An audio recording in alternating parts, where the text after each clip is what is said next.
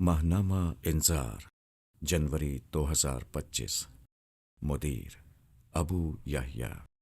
حوصلہ مند انسان کے لیے نیا سال زندگی کا ایک نیا موسم بہار ہے۔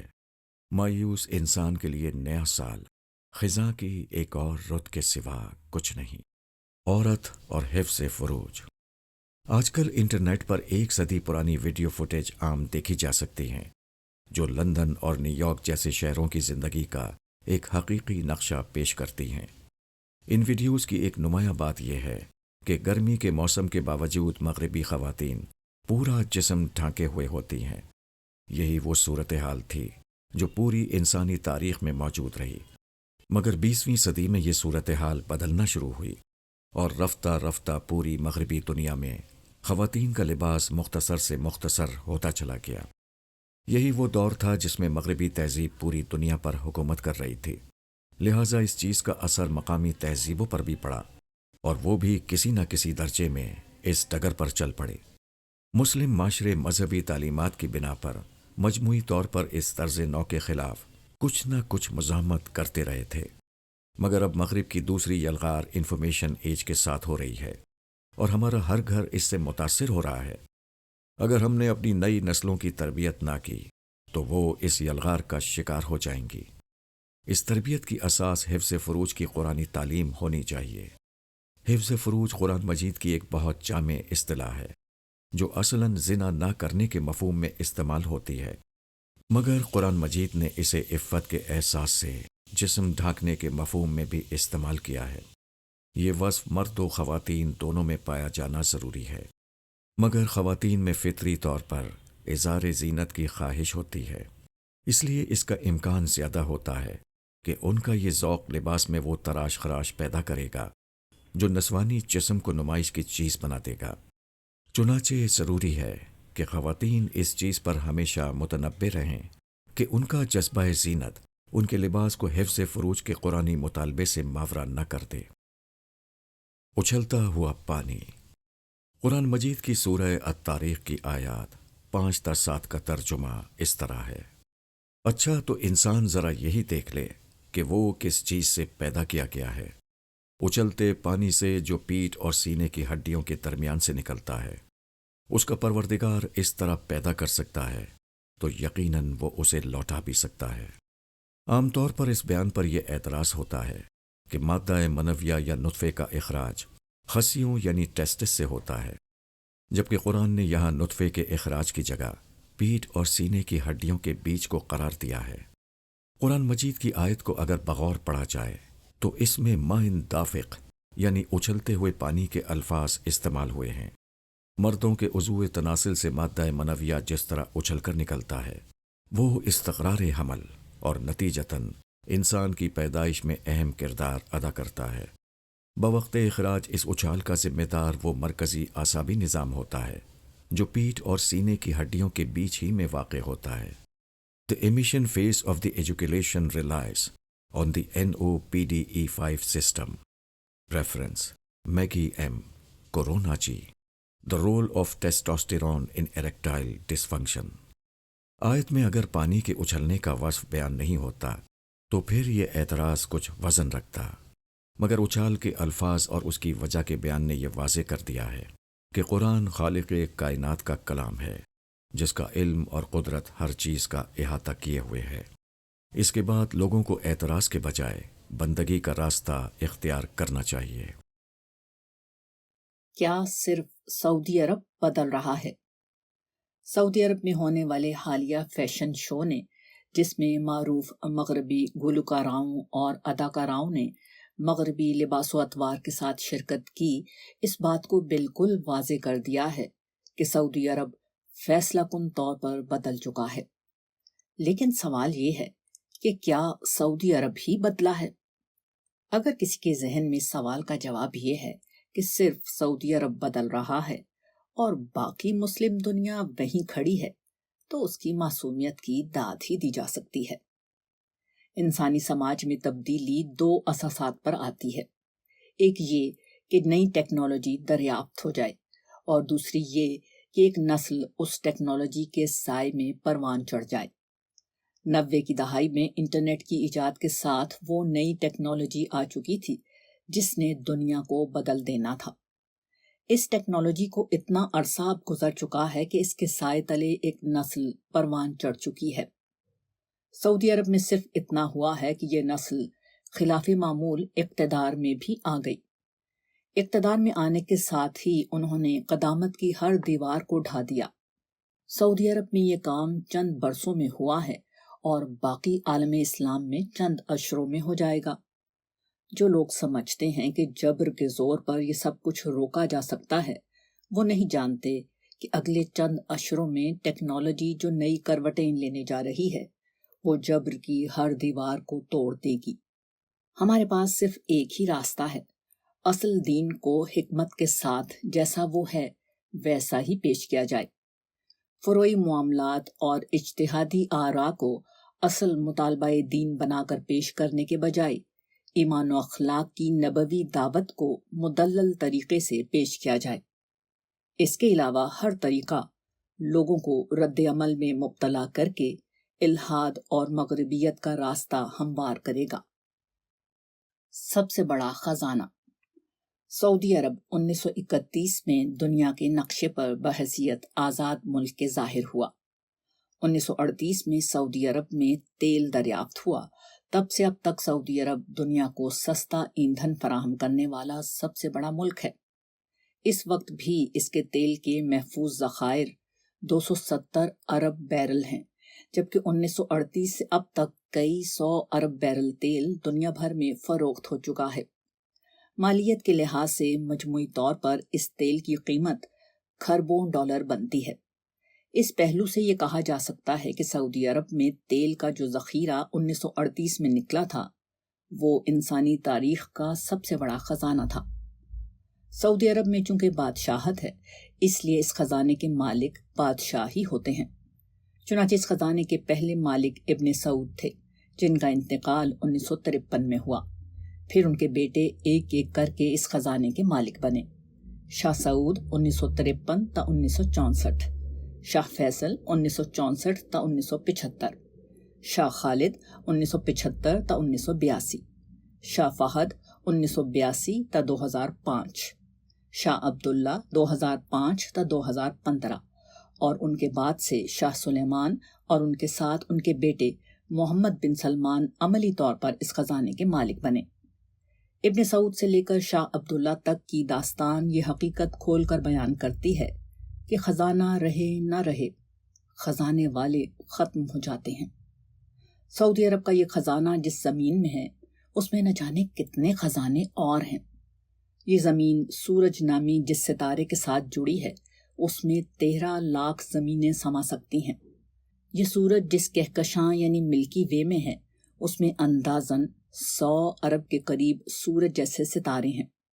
سائنسدانوں کا پہلے یہ خیال تھا کہ کائنات میں ملکی وے جیسی اربوں کہکشائیں ہیں، مگر اب نئے اندازے یہ ہیں کہ کائنات میں اربوں نہیں کھربوں کہکشائیں ہیں۔ ان میں جو خزانے مدفون ہیں ان کا کوئی اندازہ کوئی انسان نہیں کر سکتا۔ ان خزانوں کا مالک اللہ رب العالمین ہے۔ وہ زندہ ہے اور ہمیشہ زندہ رہے گا۔ اس کی حکومت کسی سہارے کے بغیر چلتی ہے اور اس کی ہستی ہر ایک سے بے نیاز ہے۔ وہ خدا اپنی ذات میں انتہائی رحیم ہے۔ اس کی رحمت کا آخری ظہور اسی سعودی عرب میں 1500 سال قبل ہوا، جب اس نے قرآن مجید کو رحمت للعالمین پر نازل فرما کر دنیا کو کائناتی خزانے کی اطلاع دی۔ اس نے انسانیت کو یہ بتایا کہ کائنات کے تمام خزانے اس نے انسان کو دینے کا فیصلہ کر لیا ہے۔ بس انسان کو سرکشی چھوڑ کر خدا کی بڑائی میں رہ کر زندگی گزارنی ہے۔ عربوں کے آباء و اجداد یعنی صحابہ کرام نے قرآن مجید کے اس خدائی پیغام، اس خزانے کی خوب قدر کی، خود بھی اس کو کمایا اور دنیا کو بھی خوب بانٹا۔ مگر بدقسمتی سے موجودہ مسلمان نہ خود اس خزانے کے قدردان ہیں، نہ دوسروں کو اس کے بارے میں بتانے میں دلچسپی رکھتے ہیں۔ وہ خدا کی عظمت و جلال کو نہ خود جانتے ہیں، نہ دوسروں کو بتانے میں دلچسپی رکھتے ہیں۔ وہ خدا کی رحمت و احسان کو نہ خود جانتے ہیں، نہ دوسروں کو اس کی خبر دیتے ہیں۔ وہ خدا کی بندگی نہ خود کرتے ہیں نہ دوسروں کو اس کی طرف بلاتے ہیں۔ عرب اگر خدا کے اس خزانے کی قدر نہیں کرتے تو نہ کریں، خدا غیر عربوں سے اس خزانے کے قدردان پیدا کر دے گا۔ مسلمان ملت اگر اپنی ذمہ داری پوری نہیں کرتی تو نہ کرے، وہ چند اور افراد اٹھا کر ان سے یہ خدمت لے گا۔ انسانیت اگر خدا سے سرکشی پر آمادہ ہے تو ہوا کرے، ساری کائنات خدا کے حضور سرب سجود ہے۔ یہ خزانہ آخری دفعہ بٹ رہا ہے، جس کا دل چاہے آ کر اپنا دامن بھر لے۔ زیادہ وقت نہیں گزرے گا کہ خزانے پانے والوں کو ان کا خزانہ دے دیا جائے گا۔ اب کوئی ہے جو اس خزانے کو پانے کے لیے آگے بڑھے؟ AI کے خطرات۔ ٹرمینیٹر نامی فلم 1984 میں ریلیز ہوئی اور اس کے ساتھ ہی یہ فلم اور اس کا مرکزی کردار آرنلڈ شوارزنیگر دنیا بھر میں مشہور ہو گئے۔ اس فلم کا مرکزی خیال 2029 کا وہ مستقبل تھا جس میں مشینیں مصنوعی ذہانت کی بنا پر دنیا پر قبضہ کر لیتی ہیں۔ 1984 کا یہ وہ زمانہ تھا جب AI تو کیا کمپیوٹر کا تصور بھی آمنا ہوا تھا۔ آج 2029 کے آنے میں 5 برس باقی ہیں، لیکن AI سامنے آئی اور آتے ہی دنیا پر چھا گئی۔ سادہ ترین الفاظ میں AI انٹرنیٹ پر موجود انسانی یادداشتوں اور تجربات سے جنم لینے والی مصنوعی ذہانت ہے، جو اس ذہانت کو اپنے مطلوبہ مقصد کے لیے استعمال کرنے کی غیر معمولی صلاحیت رکھتی ہے۔ اس نے اپنے آغاز ہی میں ایسے حیرت انگیز کام کرنے شروع کر دیے ہیں کہ انسانی عقل حیران رہ جاتی ہے۔ موجودہ ٹیکنالوجی سے اس بات کا تو بظاہر کوئی اندیشہ نہیں کہ سائنس فکشن فلموں میں دکھائے گئے تصور کی طرح مصنوعی ذہانت انسانوں سے آزاد ہو کر خود فیصلے کرنے لگے گی اور ناقابل تسخیر مصنوعی قالب اختیار کر کے خود انسانیت کو مغلوب کر لے گی۔ مگر یہ چیز بالکل حقیقت بن چکی ہے کہ کوئی بھی انسان AI کو استعمال کر کے غلط کام کرنے شروع کر دے۔ اس کی سادہ ترین مثال بچوں کا AI کی مدد سے ہوم ورک کرنا ہے، جس میں سوال لکھ کر اس کا جواب حاصل کر لیا جاتا ہے۔ سوشل میڈیا پر جھوٹے پروپیگنڈے میں اس کا استعمال، فیک ویڈیو اور آڈیو جو اصل شخصیت کے عین مطابق ہو ان کا بنانا، لوگوں کا ڈیٹا اکٹھا کر کے اس کا غلط استعمال، AI کے غیر اخلاقی استعمال کی وہ مثالیں ہیں جو عام ہوتی جا رہی ہیں۔ AI کے مؤثر ہونے کی ایک اور مثال وہ تجربہ ہے جس میں AI کو یہ کام دیا گیا کہ وہ کسی ایسی ویب سائٹ میں داخل ہو جائے جہاں مشین اور انسان میں فرق کے لیے مشکل تصویروں کے اجزاء کی نشاندہی کرائی جاتی ہے۔ یہ وہ کام ہے جو AI نہیں کر سکتی کہ اس کے لیے آنکھیں چاہیے، مگر AI نے یہ کام ایک دوسری طرح ایسے کر لیا کہ اس نے انٹرنیٹ پر پیسوں کے عوض اپنی خدمات فراہم کرنے والے ایک شخص کو اس بات پر آمادہ کر لیا کہ وہ یہ کام کر دے۔ اس کا شک دور کرنے کے لیے AI نے جھوٹ بولا کہ وہ ایسا انسان ہے جس کی بینائی ٹھیک نہیں۔ یوں اس نے اپنا مقصد حاصل کر لیا۔ اس طرح کی چیزیں تو محض آغاز ہیں۔ جیسے جیسے لوگ اس ٹیکنالوجی کے استعمال پر عبور حاصل کرتے جائیں گے، اس کے غلط استعمال کا دائرہ بڑھتا چلا جائے گا۔ سوال یہ ہے کہ اس مسئلے کا حل کیا ہے؟ ٹیکنالوجی جب آ جاتی ہے تو اس سے جان نہیں چھڑائی جا سکتی۔ اصل کرنے کے کام 2 ہیں۔ ایک یہ کہ ریاستی سطح پر ایسی قانون سازی کروائی جائے جو AI یا مصنوعی ذہانت کے غلط استعمال کو ایک جرم بنا دے۔ منفی سوچ کے لوگوں کے آگے اگر بند نہیں باندھا گیا تو ایسے لوگ سماج کے لیے بہت زیادہ نقصان دہ ہوں گے۔ دوسرا کام لوگوں کی اخلاقی تربیت ہے۔ جو کام گھر کی تنہائی میں بیٹھ کر کیے جاتے ہیں ان میں ذہن میں برائی کا خیال آنا، انسان کا برائی میں ملوث ہونا اور اپنی شناخت کو چھپا کر دوسروں کو نقصان پہنچانا بہت آسان ہوتا ہے۔ ایسے میں سب سے بڑی رکاوٹ انسان کی اخلاقی حس ہوتی ہے۔ خدا کا خوف اور اخلاقی تربیت ہی ہے جو انسانوں کو ایسے حالات میں برائی کی طرف جانے سے روکتی ہے۔ یہی وہ چیز ہے جو انسان کو حیوان اور شیطان سے جدا بناتی ہے۔ یہی اخلاقی حس برائی کے خلاف انسانیت کا سب سے بڑا ہتھیار ہے۔ 3 خدا اور 1 خدا۔ انسانی تاریخ میں سب سے طویل عرصے تک مشرکانہ مذاہب کا غلبہ رہا ہے۔ ان مذاہب میں بے گنتی خدا پائے جاتے تھے، مگر ان میں ہر جگہ 3 بنیادی یا اہم ترین خداؤں کا تصور ضرور ملتا ہے۔ موجودہ دور میں اس کی سب سے بڑی مثال ہندو مت ہے، جس میں برہما، شیوا اور وشنو کی شکل میں 3 خدا پائے جاتے ہیں۔ شرک میں ایک دوسری شکل یہ ہوا کرتی تھی کہ خدائی تکون کے 3 اجزاء ضرور فرض کیے جاتے ہیں۔ اس کی باقیات میں سے ایک مثال مسیحیت میں ملتی ہے، جس میں باپ، بیٹا اور روح القدس کا تصور پایا جاتا ہے۔ زمانہ قدیم کے مشرکانہ مذاہب میں بھی ہر جگہ یہی تثلیث نظر آتی ہے۔ مثلا مصر میں را، آمن اور پتا، بابل میں ننار، شمش اور ایشتر، یونان میں زیوس، پوسیڈن اور ہیڈس اس خدائی تثلیث کی عمومی مثالیں ہیں۔ مذہب کے ایک طالب علم کے سامنے یہ سوال آتا ہے کہ تین خداؤں کا یہ تصور آیا ہی کہاں سے ہے؟ اس کا جواب یہ ہے کہ تین خداؤں کا یہ تصور خدائے واحد کی ذات و صفات کے غلط تصور سے پیدا ہوا ہے۔ خدا کی ہستی کے تین پہلو ہیں جنہیں آگے بڑھ کر تین الگ الگ خداؤں میں فرض کر کے تین خدا بنا لیے گئے۔ خدا اپنی ذات میں تنہا اور اس کی صفات لامحدود ہیں، مگر اس کی تمام صفات اس کی ہستی کے تین بنیادی پہلوؤں سے پھوٹی ہیں۔ پہلا پہلو اس کا جمال ہے، یہاں سے خدا کی صفت رحمت کا ظہور ہوتا ہے اور جو ان گنت صفات میں ڈھلتی چلی جاتی ہے۔ مثال کے طور پر الرحیم، الکریم، الرؤوف، الغفور، القدوس، الستار، المنان اور الحمید جیسے اسما اسی ایک وصف کی فرع ہیں۔ جمال کے ساتھ خدا کی ہستی کا دوسرا پہلو اس کا جلال ہے۔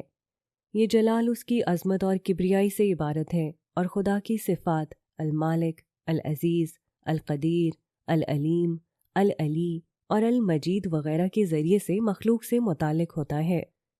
جمال اور جلال کے ساتھ خدا کی ہستی کا تیسرا پہلو اس کا کمال ہے۔ اسی کمال کی بنا پر خدا الہ واحد ہے، الحی القیوم ہے، الاحد ہے، الاول ہے، الآخر ہے اور الحکیم ہے وغیرہ۔ بندہ مومن جب خدا کو پاتا ہے تو وہ خارجی کائنات اور اپنی ذات ہر جگہ خدا کو انہی تین پہلوؤں کے ساتھ ظہور پذیر ہوتا ہوا دیکھتا ہے۔ وہ ہر جگہ خدا کی رحمت کا ظہور دیکھتا ہے۔ زندگی، اعضاء و قوہ، رشتے ناتے، مال و اولاد اور انفس و آفاق کی ہر شے میں وہ خدا کی اس عنایت کو اپنے اوپر دیکھتا ہے جس کا وہ نہ مستحق تھا، اور نہ یہ نعمتیں اس کے کسی کام کا بدلہ ہیں۔ یہ سب کچھ اسے بلا استحقاق ملا ہے، چنانچہ اس کی زبان پر ہر لمحہ ترانہ شکر اور نغمہ حمد جاری رہتا ہے۔ یہ نعمتیں، انسان کا وجود اور یہ کارخانہ عالم وجود میں آ سکتا تھا، نہ باقی ہی رہ سکتا تھا، اگر خدائی عظمت، قدرت، علم اور انہی جیسی دیگر صفات کی حامل نہیں ہوتی۔ خدا کی قدرت ہر چیز کو تخلیق کرتی ہے، خدا کا علم ہر چیز کو اس کی جگہ پر رکھتا ہے۔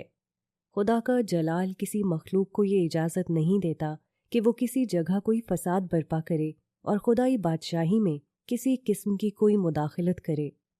جلال و جمال کے ساتھ تیسری چیز خدا کا کمال ہے، جس کے بلبوتے پر خدا کسی کی محتاجی کے بغیر خود ہی قائم و دائم ہے، اور اس نے انسان جیسی مشکل مساوات کو تخلیق کیا اور وہ تخلیقی اسکیم بنائی جس میں اس نے عدم کو وجود میں، ناقص کو کامل میں اور امتحان کو اجر میں بدلنے کا اہتمام کیا ہے۔ وہ اول و آخر اور ظاہر و باطن ہونے کی بنا پر اس قابل ہے کہ اس مشکل مساوات کو مکمل کرے۔ اس مقصد کے لیے وہ آخرت کا دن برپا کرے گا، جہاں مساوات کا دنیاوی امتحانی جز اجر آخرت کو تخلیق کرے گا۔ خدا کی صفت حکمت اسی اصول پر موجودہ دنیا میں بہت کچھ وہ ہونے دیتی ہے جس کی اجازت خدا کا جمال اور جلال ہرگز نہیں دیتا، مگر خدا کے کمال کا تقاضا ہے کہ ایسا ہونے دیا جائے تاکہ انسان دنیا و آخرت میں خدا کی کامل مہربانی کے قابل بن سکے۔ ایک مشرک کے برعکس جو ان تین پہلوؤں سے تین خدا کا تصور اخذ کرتا ہے، بندہ مومن ان میں سے ہر پہلو پر خدا کا مطلوب رد عمل پیش کرتا ہے۔ وہ خدا کی رحمت و عنایت پر محبت و شکر گزاری، حمد و ثنا، تعریف و توصیف اور پرستش و عبادت کی صورت میں اپنا جواب تخلیق کرتا ہے۔ وہ خدا کی عظمت اور جلال کو دریافت کرتا ہے اور اس کے حضور تقوی و تعظیم اور اسلام و اطاعت کا نذرانہ پیش کرتا ہے۔ وہ اس کے کمال کو دیکھ کر اس کی پاکی بیان کرتا ہے، ہر عیب سے اس کو بری سمجھتا، ہر شرک سے اس کو بلند جانتا اور ہر خیال و تصور سے اس کو ماورا سمجھتا ہے۔ وہ اس کی حکمتوں کے حضور صبر کا تحفہ پیش کر کے بدترین حال پر بھی ثابت قدم رہتا اور ہر مشکل میں مایوسی سے خود کو دور رکھتا اور ہر خوف و اندیشے میں توکل اور دعا کا سہارا تھامتا ہے۔ بندہ مومن کا یہی رویہ اسے خدائی عنایات کا مستحق بناتا ہے اور خدا کو کائناتی مساوات میں اپنا وہ مطلوب مل جاتا ہے جس کے حوالے یہ کائنات کر کے خدائے بے نیاز کائناتی مساوات کو ابدی طور پر مکمل کر دے گا۔ سوال و جواب۔ ابو یحییٰ، نماز کو کیسے بہتر بنایا جائے؟ سوال: السلام علیکم، آپ نے بتایا کہ زندہ نماز کے لیے جذباتی وابستگی لازمی ہے۔ اللہ کی حمد، تسبیح، تعریف، شکر کا بیان، یہ کرنے کے لیے جذبات چاہیے۔ جذباتی وابستگی کے بغیر آپ خدا کو یاد کر ہی نہیں سکتے۔ مجھے اللہ کی حمد، تسبیح، تعریف نہیں کرنی آتی۔ حضور کے اذکار پڑھ لیتی ہوں، خود سے حمد تسبیح کیسے کر سکوں گی؟ سہرش احمد۔ جواب: وعلیکم السلام ورحمۃ اللہ وبرکاتہ۔ جذباتی وابستگی ہمیشہ کسی تعلق کی بنیاد پر ہوتی ہے، جیسے ہماری جذباتی وابستگی ہمارے والدین، اولاد، بھائی بہن، اقربا و احباب وغیرہ کے ساتھ ہوتی ہے۔ ان میں سے ہر ایک کے ساتھ ہمارا ایک تعلق ہے جس کی اساس خونی رشتہ، ہماری فطرت، اور ان کا ہمارے ساتھ محبت و شفقت کا وہ تعلق ہے جو ان رشتوں میں پایا جاتا ہے۔ چنانچہ خونی تعلق، ہماری فطرت اور شفقت و محبت وہ تین پہلو ہیں جن کی بنیاد پر ہم ان رشتوں سے جذباتی وابستگی رکھتے ہیں۔ اللہ تعالیٰ کے ساتھ ہمارا تعلق بھی انہی تین اساسات پر مگر کہیں زیادہ محکم طور پر قائم ہے۔ ماں باپ نے ہمیں پیدا کیا ہوتا ہے، ہم سب سے بڑھ کر ان سے محبت کرتے ہیں، مگر اس پورے عمل میں والدین کی حیثیت ایک اعلی کار کی ہوتی ہے۔ ہمارا اصل خالق ہمارا رب ہے، اسی نے ہمیں وجود بخشنے کے سارے لوازم حتیٰ کہ ماں باپ بھی دیے ہوتے ہیں۔ فطرت کے پہلو سے دیکھیے تو ہماری فطرت میں ان خونی رشتوں کی جتنی طلب ہے، اس سے کہیں بڑھ کر طلب اپنے خالق و مالک کی ہے، سوائے اس کے کہ فطرت ہی کو مسخ کر دیا جائے۔ ورنہ انسان جو انس اور تعلق اپنے مہربان رب سے محسوس کرتا ہے وہ کسی اور کے ساتھ نہیں ہو سکتا۔ تیسرا پہلو یعنی شفقت و محبت ہے۔ اس پہلو سے دیکھیے تو خدا جیسا تو کوئی ہے ہی نہیں۔ ہم ہر لحظہ اس کی عنایات میں جی رہے ہیں۔ زمین سے آسمان اور ہمارے وجود سے لے کر خارجی کائنات تک نعمتوں کی ایک ایسی دنیا بنائی گئی ہے جو خدا کی شفقت، عنایت اور محبت کا آخری ثبوت ہے۔ سب سے بڑھ کر دیگر رشتوں کے برخلاف خدا ہم سے کچھ نہیں چاہتا، بلکہ اپنے دین کی شکل میں بھی اگر اس کے کچھ مطالبات ہوتے ہیں تو ان کا اصل مقصد ہمیں جنت کی اس عظیم ترین نعمت سے نوازنا ہے جس سے بڑی نعمت تصور میں نہیں آ سکتی۔ ان ساری چیزوں اور خاص طور پر جب اپنی نعمتوں جیسے جسم میں کار فرما، ان گنت نظام، حواس خمسہ، اعضاء و قوا، رشتے ناتے، متنوع غذا، غرض ہر طرف پھیلے اسباب زندگی اور نعمتوں کے دسترخوان پر انسان غور کرتا ہے جو اس کے اندر اور باہر ہیں، تو انسان کا سینہ خدا کی محبت سے لبریز ہو جاتا ہے۔ مگر یہ سب کچھ سوچنے، غور کرنے اور تفکر و تدبر سے سمجھ میں آتا ہے۔ چنانچہ نماز کو اگر زندہ بنانا ہے اور خدا سے جذبات کی سطح پر قلبی لگاؤ پیدا کرنا ہے تو پہلے غور و فکر کی عادت ڈالیں۔ ہر نعمت کا احساس کیجیے کہ اس کے بغیر زندگی کیسے مشکل ہوگی، اور پھر سوچئے کہ جس ہستی نے یہ سب کچھ بلا معاوضہ دیا ہے وہ مجھ پر کتنی مہربان ہے، تو اس کے بعد آپ کی نماز بلکہ زندگی کا ہر لمحہ خدا کے ساتھ ایک زندہ تعلق میں بدل جائے گا۔ ابو یحییٰ۔ قرآن مجید کا احترام۔ سوال: السلام علیکم ورحمۃ اللہ۔ کیا قرآن مجید کو اپنے بیگ میں ڈال کر اور بیگ اپنے پیچھے ڈال کر کہیں لے جایا جا سکتا ہے؟ میں ایک پرائیویٹ ادارے میں جاب کرتا ہوں، وہاں مجھے کچھ فری ٹائم مل جاتا ہے، لیکن اس ڈر سے کہ بنا وضو پڑھنا اور بیگ میں پیچھے ڈال کر لے جانا اور بیگ کو وہاں کسی جگہ رکھنا وغیرہ بے ادبی کے زمرے میں آتا ہے، میں قرآن نہیں لے جاتا اور نہیں پڑھ پاتا۔ محمد کاشف۔ جواب: وعلیکم السلام ورحمۃ اللہ وبرکاتہ۔ قرآن مجید اللہ کی کتاب اور کلام الہی ہے، اس بنا پر ہم مسلمان اس کا بے حد احترام کرتے ہیں، لیکن ہماری عقیدت و محبت قرآن مجید کو پڑھنے، سمجھنے اور اس سے فائدہ اٹھانے میں مانے نہیں ہونی چاہیے۔ وضو کرنا ایک پاکیزگی مزید ہے جس کا اہتمام اچھی چیز ہے، مگر وضو نہ ہو تو قرآن مجید بلا وضو پڑھا جا سکتا ہے۔ کوشش کریں کہ قرآن مجید جس بیگ میں ہو اسے کسی بلند جگہ پر رکھیں اور کمر پر بیگ رکھنے کے بجائے سائڈ پر کر لیں، لیکن اگر یہ ممکن نہ ہو تو اتنا اہتمام مزید کر لیں کہ قرآن مجید کو ایک اضافی کپڑے یا غلاف میں لپیٹ دیں اللہ تعالیٰ آپ کے دل کے ادب اور اس کے احترام کے جذبے کا لحاظ کریں گے۔ تاہم واضح رہے کہ قرآن مجید کو سمجھ کر پڑھنا ضروری ہے۔ قرآن مجید جتنا بھی پڑھیں سمجھ کر پڑھیں اور اس یقین کے ساتھ پڑھیں کہ زندگی کے اہم ترین حقائق کی یاد دہانی آپ کو کرائی جا رہی ہے۔ ابو یحییٰ۔ عصر کی نماز کے بعد کا وقت۔ سوال: السلام علیکم۔ عصر کی نماز کے بعد میرا دل دکھی سا ہو جاتا ہے، پریشان، عجیب سی کیفیت طاری ہونے لگتی ہے۔ کبھی کبھی تو رونا بھی آ جاتا ہے اور کبھی آنسو بھی آ جاتے ہیں۔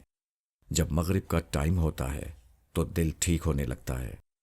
کبھی تو مغرب کے بعد بھی ایسا ہوتا رہتا ہے۔ اس کی کیا وجہ ہو سکتی ہے؟ جزاک اللہ۔ ساجدہ شفیع۔ جواب: وعلیکم السلام ورحمۃ اللہ وبرکاتہ۔ عصر کے بعد کا وقت دن کے خاتمے اور روشنی کے تیزی سے ڈھلنے کا وقت ہوتا ہے۔ بہت سے گھروں میں سورج کی روشنی کا مناسب انتظام بھی نہیں ہوتا۔ ایسے میں دل کا گھبرانا اور ان تمام کیفیات کا طاری ہو جانا جو آپ نے بیان کی ہیں بالکل فطری ہے۔ یہ مسئلہ بہت سے لوگوں کے ساتھ پیش آتا ہے۔ اس کا علاج یہ ہے کہ یا تو اس وقت کوئی ایسی مصروفیت ڈھونڈ لی جائے جس میں آپ کا ذہن مکمل طور پر مشغول رہے، یا پھر گھر سے باہر کھلی جگہ میں جانا بھی اس مسئلے کا حل ہے۔ اگر یہ ممکن نہ ہو تو کھڑکی سے آسمان کو دیکھیں، اس سے بھی یہ کیفیت کم ہو جاتی ہے۔